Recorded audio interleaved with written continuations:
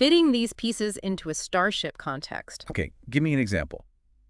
What could planks be on a starship?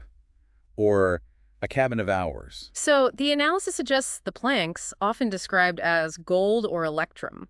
Well, maybe that's a sophisticated hole. Yeah. They propose gold-plated graphene composites. Graphene. Like super strong, super light. And potentially great for reflecting radiation out in deep space, so a high-tech shield.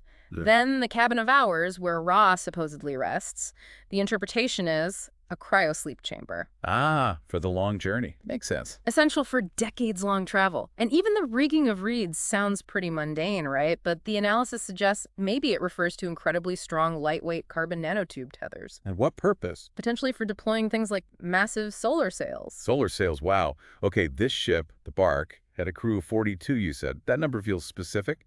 It really does, and it pops up consistently in important places in the texts. Probably the most famous example is the 42 judges in the Hall of Maat.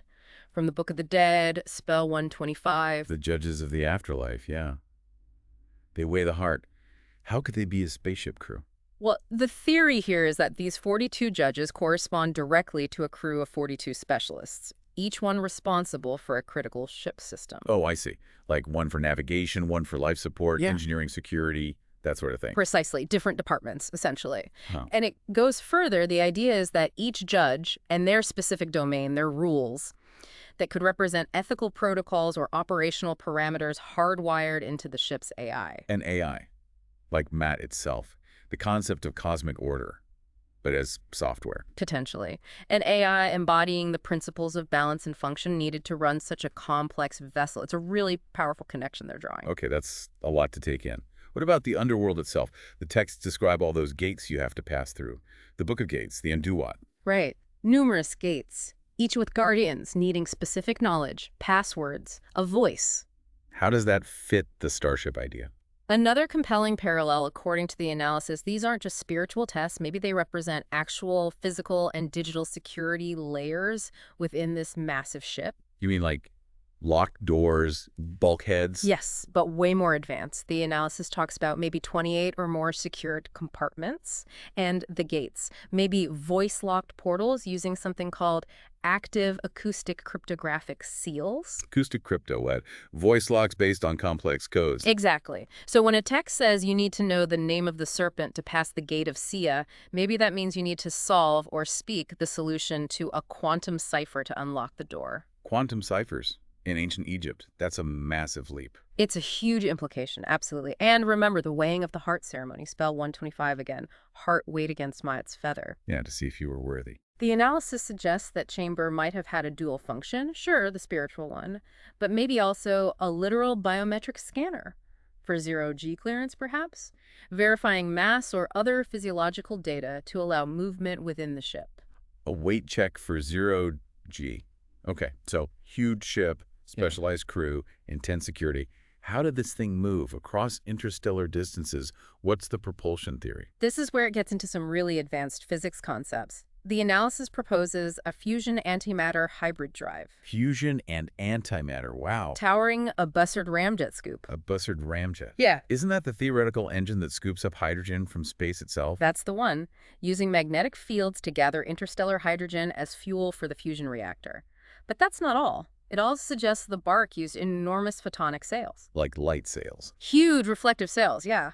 For performing solar slingshot maneuvers. Using the sun's gravity and light pressure to get a massive speed boost. That's straight out of advanced space propulsion theory. What kind of speed are we talking about? The estimate is a cruise speed around 0.29 c, so nearly 30% of the speed of light. Incredible. How long would a trip to, say, Sirius take at that speed? Sirius is about 8.6 light years away. So for the crew in cryosleep, it would be about 30 years ship time, roughly. 30 years. And the link to the texts, do they mention slingshots or sails? Well, the analysis points to phrases like the solar slingshot from the sun, Gate 2, using these sails as potential evidence. It suggests they had a surprisingly deep grasp of orbital mechanics, you know? So not just watching the stars, but knowing how to use them to travel between them. That's the implication, yeah. It's pretty staggering. Okay, but a 30-year trip, Yeah. keeping everyone alive, supplied. That's a huge challenge. What about life support? You can't just pack sandwiches for that long, right? Exactly. The analysis details really sophisticated systems, closed-loop hydroponics like miniature farms on board, and synthetic protein vats, producing maybe 100 kilos of food per person per year. Self-sustaining, basically. And water recycling would have to be incredibly efficient. They estimate like 99.8%. Plus, initial stores of maybe 500 tons of spare parts, consumables. And do the ancient texts give any hints about that kind of tech? Food vats and recyclers? It's more indirect, but intriguingly, the analysis connects things like voices of reeds or mounds of Hathor to maybe off-Earth hydroponic way stations. You mean like automated farms already set up in other star systems for resupply? Potentially. Pre-positioned resources along the route, cosmic pit stops. Wow, this whole picture. Fusion antimatter drives, quantum locks, cryosleep, interstellar farms. What kind of civilization could even do this? Well, the analysis argues pretty strongly for a civilization that was at least Kardashev Type I plus scale. Kardashev scale. Type I uses all planetary energy. Type 2 uses all the stars' energy. So I plus is somewhere in between or beyond I. Right. Mastering their planet's resources and well on their way to harnessing their whole solar system. Mastery of antimatter, a serious interplanetary, maybe interstellar infrastructure.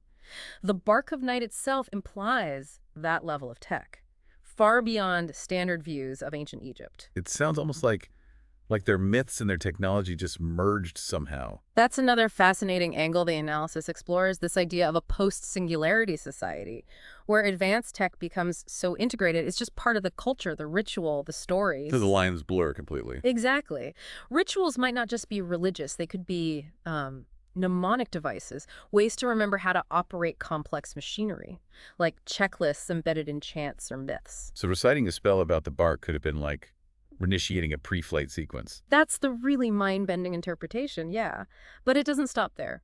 The analysis also looks for textual clues about travel beyond Sirius, even possible communication. Communication with who? With entities referred to as Nefru, which Right. could be interpreted as non-human interlocutors. Contact. Actual contact with aliens described in Egyptian texts. Where does it say that? Again, it's interpretation. Those voices of reeds we mentioned. Beyond hydroponics, maybe they also refer to phased array antennas. Sophisticated gear for deep space communication. Okay. And the texts contain these references, potential descriptions of relay stations, maybe colony links, scattered across different star systems. Like where? Can you give examples? The analysis suggests looking at Orion, the twin mounds there mentioned in Spell 19, maybe those were hydroponic farms, Draco Constellation's City of Jedi from Coffin Text 335, perhaps a research base.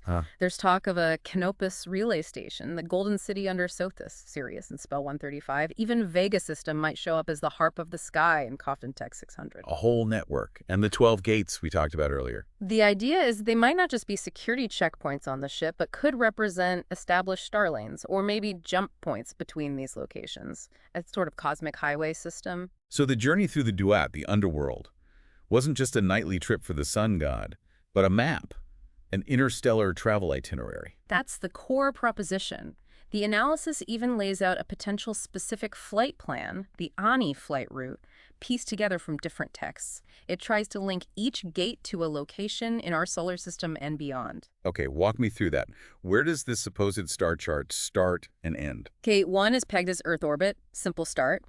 Gate 3, maybe a Mars way station. The texts mention flourishing plants there, maybe terraforming or hydroponics. Mars. Gate 4, linked to asteroid belt observatories.